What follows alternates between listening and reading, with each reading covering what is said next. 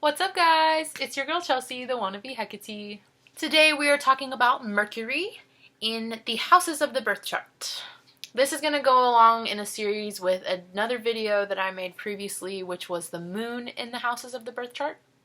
I've also done videos on moon signs, Mercury signs, and Venus signs.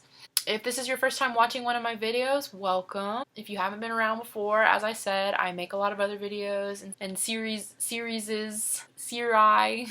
So for this video, make sure you look at your birth chart and you know what house Mercury is residing in your chart, what little section it's in.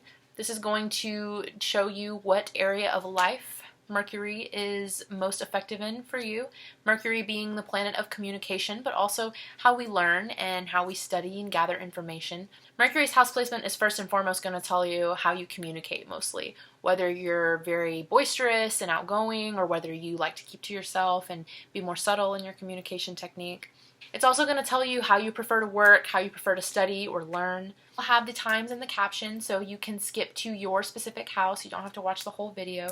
As always, if you ever have questions about anything I say in my videos, or you have personalized tarot or astrology questions, or you'd like a birth chart interpretation, anything like that, you can shoot me an email or a DM over on Instagram. You can leave me a comment below this video. Whatever it is, I will get back to you. I would love to chat and see what's up, make new friends, and all that jazz. So yeah, definitely feel free to hit me up. So if you have Mercury in your first house, the first house is going to be the house of self-expression and how you put yourself out there, your behaviorisms and things like that. Mercury tends to be a planet that is very anxious. It has a nervous energy about it, and it likes to move very fast. It's very fast-paced. So having Mercury in your house of expression can make you very restless, can make you a little easily distracted, but it also makes you very adaptable to different situations and different people because you have that quick energy. This is a very mischievous and lively placement to have. You might enjoy talking. You might ask a lot of questions. You have a curious mind. Anything new is going to be very interesting to you. You're very curious about it. You want to learn more.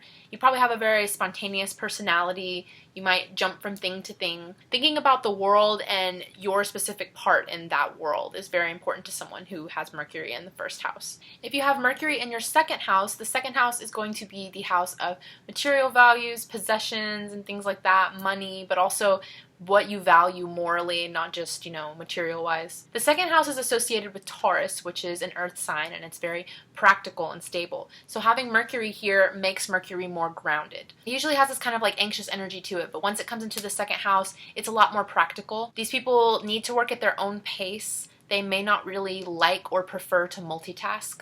They can be kind of one-track minded. They're very focused on one thing, and then once they get that thing done, they'll move on to the next thing.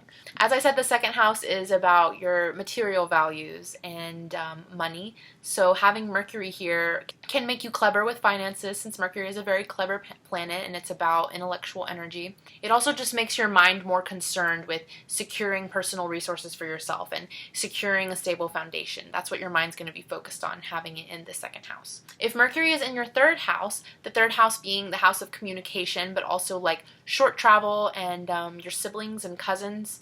Mercury is at home in the third house. It rules the third house and it belongs in the third house. You're probably very curious and inquisitive. You might be easily distracted and have a short attention span, since Mercury is a very anxious planet and it's very quick moving and fast, and this is our house of communication. You probably have a lot of different interests and like to jump from like thing to thing. Your mind is just very agile, very quick. You're good at processing large amounts of information very quickly. You probably like to keep up with the news. You just like to constantly have an intake. You're constantly taking stuff in. You may also be good at picking up languages or just at speaking in general, since, as I said, Mercury is the planet of communication and this is the house of communication. This is where it belongs. If you have Mercury in your fourth house, the house of family, childhood, your parents, you're probably very imaginative and you probably have a really good memory, since, as I said, the fourth house is about the past. People with Mercury in the 4th house are usually interested in like history or psychology. Since this is the house associated with like family and your parents, the spotlight is more on traditional thinking. These people generally are not like super quick to embrace new ideas. They would prefer to use the tried and true methods that they've already used before and that they know work. It is also possible that people with this placement had a very intellectual atmosphere in their home life growing up. Either like the home was the place of learning, like they were homeschooled, or perhaps their parents just placed a lot of value on their intellectual pursuits and made it very important that their schooling be of a high priority. If you have Mercury in your 5th house, the house of creative pleasures and entertainment, how we like to have fun and how we're like kids at heart, you're probably very witty and humorous. These people generally like to play games, especially ones that involve the intellect, since as I said, Mercury is an intellectual planet and it's all about mental energy. You probably like tricks and like puns and plays on words, and you're probably good at impersonations. You definitely know how to work a crowd. You can be entertaining with either written or spoken word. Very good at creative self-expression. You think very flexibly and creatively. That's probably one of your top priorities and something that you're very interested in. Something that takes up a lot of your time is very open, creative expression. It's important for you to express yourself. If Mercury is in the 6th house for you, the 6th house being the house of work and health, our day-to-day routine, your mind is probably always turned on. You're probably very good at organizing and making lists. This is the house of like details, so you definitely pay attention to details that other people are going to tend to forget. Very dependable. You love to help out. You love to feel useful, so you're always willing to jump up and help when you can. The 6th house is ruled by Virgo, which is an earth sign and is all about service. So that's why having your Mercury here can make you more service-oriented. Since Mercury is a very mental planet and the 6th house rules your health, it is possible that having Mercury here can make you way more aware of like tiny little aches and pains in your body. Your mind plays a very important role in your health.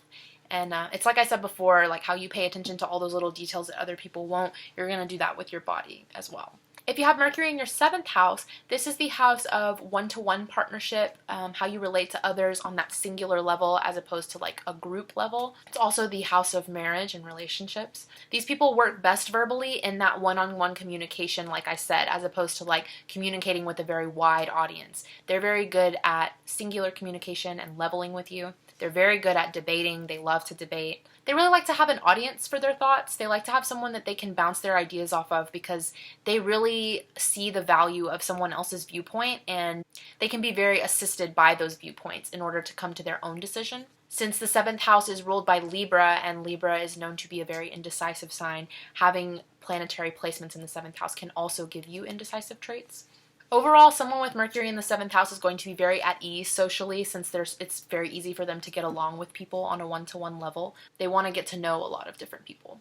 If you have Mercury in your 8th house, the house of transformation, rebirth, very enigmatic house in what it rules. It's kind of, I feel like all the other houses have very nuts and bolts things that they rule that are very tangible, but the 8th and the 12th house are way more enigmatic. So if you have Mercury here, you're probably good at analyzing other people. You enjoy research and investigation. You're probably curious about why people do things or what motivates them. It's also possible that you may have an interest in what other people consider occult or taboo, because those things fall into this house. Since, as I said, Mercury is a very mental planet, having it in the 8th house here makes your mind very penetrating. You're definitely very good at strategizing. You also probably have very good powers of observation, since you're so observant, as well as persuasive powers. You're good at swaying people to your side or to your cause. There's also a very strong possibility of inheritance with this placement, since inheritance is also ruled by the 8th house. If you have Mercury in your 9th house, the house of higher education, philosophy, religion, expanding your horizons, you are eternally curious. It's very easy for you to see the big picture and the horizon.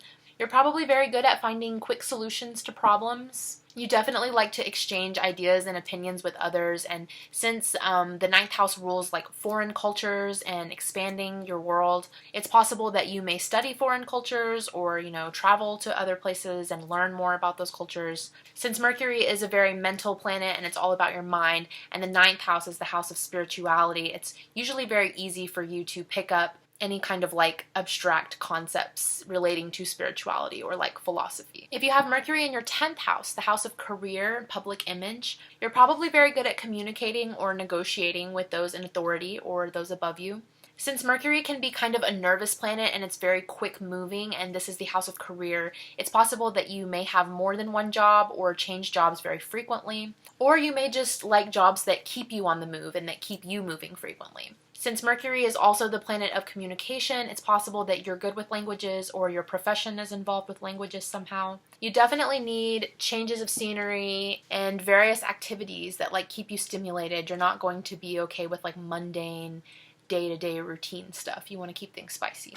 If you have Mercury in your 11th house, the house of friendship, group involvement, community activities, this is going to make you very curious about people, very fair-minded. You like to meet new people, you like to hear about their experiences, and you like to hear their viewpoints, and you like for them to bring new ideas to you. And you enjoy a difference in opinion in ways that others might not because you see a possibility in it to learn. You probably have a large social circle or a large number of like acquaintances. It's very important for you to be impartial and like unselfish. You want to treat everybody fairly and equally. The 11th house is ruled by Aquarius, which is a very humanitarian sign and is all about treating others as your equal. Since Mercury is a very mental planet and it's all about mental energy, it's possible that having Mercury in the 11th house makes you build friendships on a mental rapport. You'll have to have like that mental connection with them before you can really have the friendship.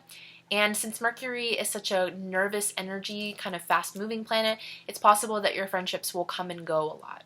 If you have Mercury in your 12th house, this is the house of past life karma, self-undoing, secrets, and your dreams, like sleeping dreams, not like dreams for the future dreams. It's possible that you come off very shy or you're not very quick to speak. You may find it harder to trust in your ability to express yourself than others do. These people are generally very attracted to symbolism and imagery, and they learn best when they can see it in front of them. So if you want them to really grasp something, it needs to be presented to them visually. Since this is the house of secrets, they are very good at keeping secrets. You may find that your mind likes to analyze everything, and you just have to be careful not to overanalyze things. Definitely be careful not to like worry a lot with having Mercury in the 12th house. I hope you guys enjoyed what I had to say about your Mercury placement. Let me know if it resonated with you and if you thought it was accurate. Leave me a comment.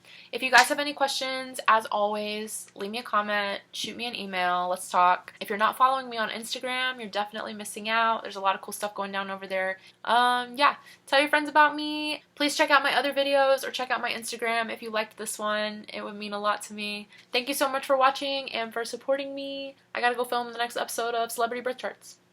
Love you, bye.